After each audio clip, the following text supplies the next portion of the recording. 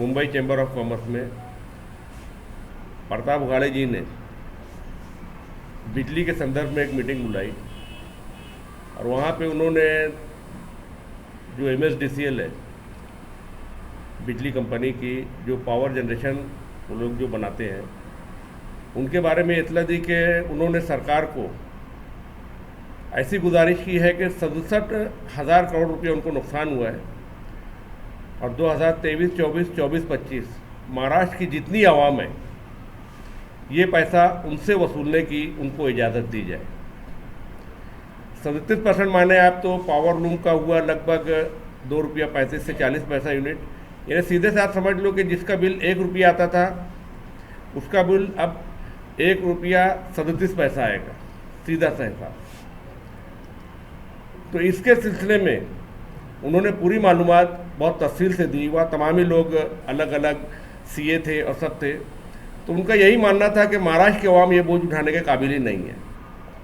यहाँ की पूरी मुकम्मल सनत ख़त्म हो जाएगी और ये जो आवाम जो पहले ही से जो बिजली बिल महाराष्ट्र का हिंदुस्तान में सबसे ज़्यादा है, मज़ीद ये बोझ बर्दाश्त नहीं कर सकती। तो उन्होंने हर शहर की जिम्मेदारी वहाँ की तमामी तंजीमों को दी। जो मालेगांव पावरलूम कंज्यूमर एसोसिएशन है, यहाँ के तमामी नुमाइंदे वहाँ मौजूद थे, मालेगांव के मुकामी MLA वहाँ मौजूद थे। तो उन्होंने जो प्रोग्राम दिया उस प्रोग्राम के तहत अपने अपने शहर में बेदारी पैदा करना, लोगों को एक एक बात तफसील से बताना और 28 तारीख को एडिशनल कलेक्टर ऑफिस पे एक बहुत ही बड़ा यहाँ पे एहतजाजी धरना मुनक़िद किया गया और हमने तमामी सियासी पार्टियाँ और तमामी मिली तंजीमें इनसे हिमायत का लेटर ले लिया है। अल्हम्दुलिल्लाह उन्होंने मुकम्मल हिमायत का ऐलान किया है तमामी सियासी पार्टियों ने, और तमामी सियासी पार्टियों को हमने ये बात बता दी है कि भाई आप अपने बैनर परचम तले आप भी एहतजाज कर सकते हैं। तो हमारी आवाम को, हमारे लोगों को इस मामले में बहुत संजीदगी से गौर करना है कि ये जो है मामला, जो प्रोग्राम जैसे जैसे आएगा आप लोगों को नफ्स व नफीस इसमें शरीक रहना है, क्योंकि किसी भी वजह से ये बिजली बिल बढ़ गया या बढ़ा दिया गया तो हम लोग की सनत तो मुकम्मल ख़त्म हो जाएगी और जो घर घुती है, जो दुकानदार हैं या जो भी मद में पावर इस्तेमाल करने वाले लोग हैं, वो हम ये बिजली बिल भरने के काबिल नहीं हो सकते। तो इसके लिए हमने आज यहाँ प्रेस कॉन्फ्रेंस ली और इनकी जो है यही तंजीम के यही इसके ही प्लेटफॉर्म पे तमाम सियासी पार्टियां और शहर के जो मजदूर तबका ये मिल करके नेशनल हाईवे जाम किए थे। जब ₹1 यूनिट जो है बिजली बिल बढ़ने वाला था, आज ₹2.5 यूनिट बढ़ने वाला है। आज उससे डबल टिबल ताकत से हमें लगना है। इसके अंदर MLA क्या कर रहे हैं, दूसरे लीडरान क्या कर रहे हैं, अगर आज हम इसमें पड़े तो हमारे पास टाइम बहुत कम है। हमारी आप लोगों से यही गुजारिश है कि शहर के अंदर जितनी जल्दी हो सके उतनी जल्दी आप लोग बेदारी पैदा करें, ताकि हम आपकी लड़ाई और शहर के दीगर लोगों की लड़ाई और हमारी लड़ाई, सबकी लड़ाई हम लड़ सकें और सबके हक में एक मुस्बत फैसला है। उनको भी निवेदन दिया है और आउटर के जो MLA जो हमारे पालक मंत्री भी है, उन्होंने भी वादा किया है कि वो हर तरीके से, अभी अधिवेशन शुरू होने जा रहा है वहाँ पे ये मसले को उठाएंगे। तो अभी तो ये शुरू होने जा रहा है। पहला स्टेप में अंदर अपनी आवाम को रोड पे आना है, आवाम को हमारा साथ देना है। इसलिए माहौल कैसे बनता है ये आप बताइए। ये नहीं होना चाहिए, इसमें 37% क्या 1% की भी बढ़ोतरी नहीं होना चाहिए। पीछे से जो ये लोग ने FSC चार्ज बढ़ाया था 3 महीने के लिए, फिर उसको 6 महीना किया, आज ₹1 तो ऑलरेडी बिजली तुम्हारा पावर लूम का बिजली बिल बढ़ चुका है, तो मज़ीद बढ़ोतरी किस लिए? पूरे हिंदुस्तान के अंदर महाराष्ट्र ही वाहिद रियासत है जिसका बिजली रेट सबसे ज़्यादा है। इसमें गुंजाइश तो करने की ज़रूरत थी कि जो बिजली रेट मौजूदा है इसको कम किया जाए, लेकिन हुकूमत जो है इसमें भी ₹2.5 का इजाफा करने, ₹2.5 पर यूनिट का इजाफा करने जा रही है। हमारा मेन मुद्दा यही है कि ये इजाफा ना हो और इसके अंदर और जो गुंजाइश हो सकती है वो गुंजाइश की जाए। हमारा जो महाराष्ट्र रियासत जो है हमारी, यहाँ पर खेती और टेक्सटाइल ये 2 सबसे बड़े यूनिट हैं जिसके अंदर पूरा महाराष्ट्र जो है रोज़गार हासिल करता है। और अगर बिजली का रेट अगर बढ़ जाता है तो सबसे ज़्यादा असरअंदाज जो है टेक्सटाइल सेक्टर होगा, जिसमें बिजली का सबसे ज़्यादा इस्तेमाल है। आज इचलकरंजी के बाजू में कर्नाटक है, इचलकरंजी वालों से बातचीत हुई साजिद भाई की, उन्होंने बताया कि हमारे इधर से लूम उड़ करके बाजू में कर्नाटक में जा रहे, क्यों? वहाँ बोले बिजली सस्ती है। तो इससे महाराष्ट्र की जीडीपी पे असर पड़ेगा, मईशत पे असर पड़ेगा। ये सिर्फ हमारी जो है सनती लोगों की मसला नहीं है, ये पूरे महाराष्ट्र का और हुकूमत का भी मसला है। हम यही समझा रहे हैं हुकूमत को कि जब महाराष्ट्र की मईशत पूरी ख़राब हो जाएगी तो आप सियासत किस पर करोगे? अभी वो लोग बार बता रहे हैं। खाली मैं आपको मालेगांव की बात करता हूँ।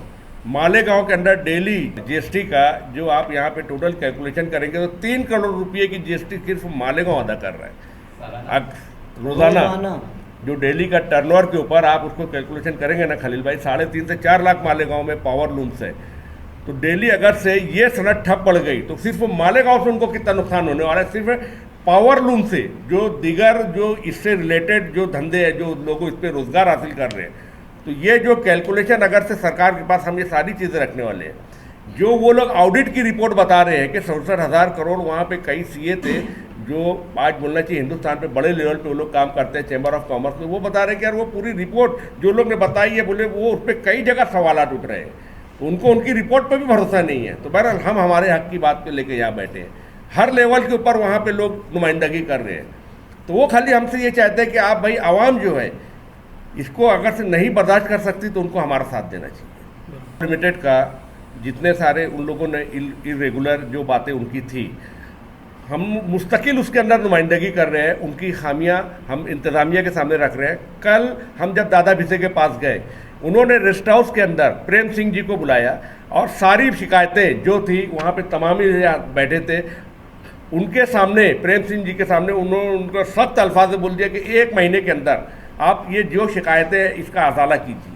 बहुत सारी है बातें, अगर से मैं तफसील बताने जाऊंगा उसकी तो प्रेस कॉन्फ्रेंस बहुत लंबी हो जाएगी। लेकिन आप लोग ये यकीन मानिए कि हर जगह पे वो मुमकिन है, हम लोग वहाँ पे कोशिश कर रहे हैं नुमाइंदगी करने की, लेकिन अभी ये बहुत बड़ा मसला है और ये एक टाइम लिमिट का मसला है। तो इसके अंदर शहर की आवाम को जागरूक करना सबसे पहला फ़र्ज बनता है।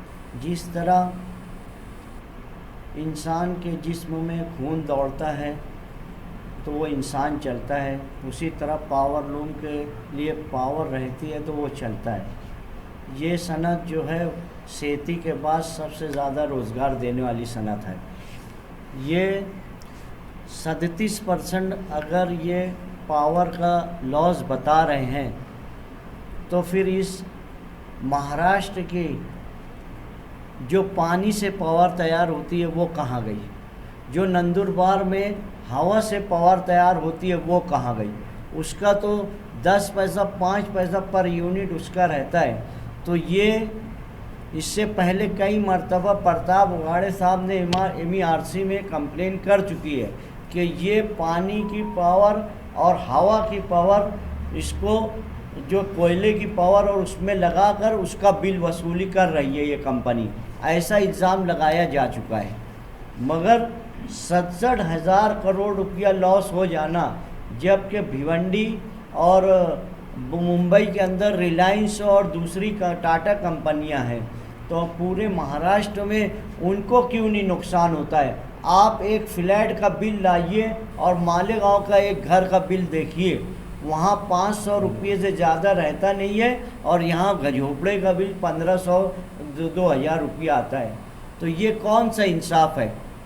ये सरकार के हमारे साथ खुली धांधली कर रही है। अगर लॉस हुआ है तो उस वक्त तो रोकना था। ये 2 साल 3 साल का जो कोविड का पीरियड है उस वक्त तो हर बिजनेस का लॉस हुआ है, उसको हम क्या उठाएं?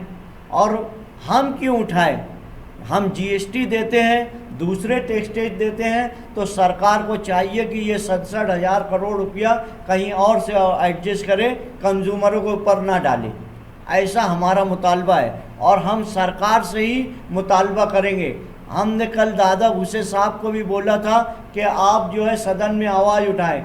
मुफ्ती इस्माइल साहब की भी बात बताई गई है। अगर बिजली का दाम जो है बढ़ाकर हर कंज्यूमर पे लड़ रहा है तो हर MLA बात उठाना चाहिए। ये हम तहरीक के ज़रिए से बताएंगे। ये 28 तारीख को हम ये शुरुआत रहेगी, ये हम धरना देंगे।